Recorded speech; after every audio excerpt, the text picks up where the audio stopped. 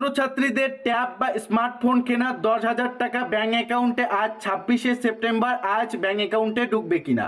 দ্বাদশ এবং একাদশ শ্রেণীর ছাত্রছাত্রীরা মোবাইল কেনার জন্য তরুণের স্বপ্ন প্রকল্পের আয়ত্তায় যে 10,000 টাকা তা আজ 26শে সেপ্টেম্বর বিদ্যাসাগরের জন্মজয়ন্তী উদ্দেশ্যে ব্যাঙ্ক অ্যাকাউন্টে টাকা ঢুকতে চলেছে।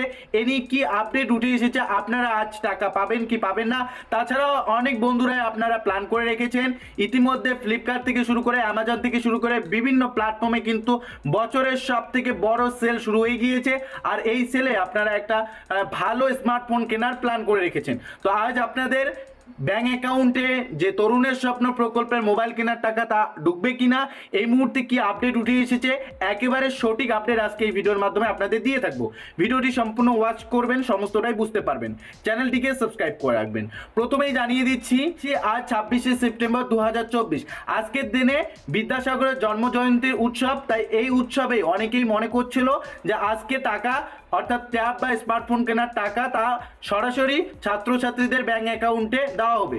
তবে বন্ধুরা, আপনাদের জানিয়ে দিচ্ছি শিক্ষামন্ত্রী ব্রত বসুর তরফে জানানো হয়েছে ছাত্রছাত্রীদের সঠিক সময়ে নির্দিষ্ট সময়ে তাদের স্মার্টফোন কেনার টাকা সরাসরি ব্যাঙ্ক অ্যাকাউন্টে দেওয়া হবে।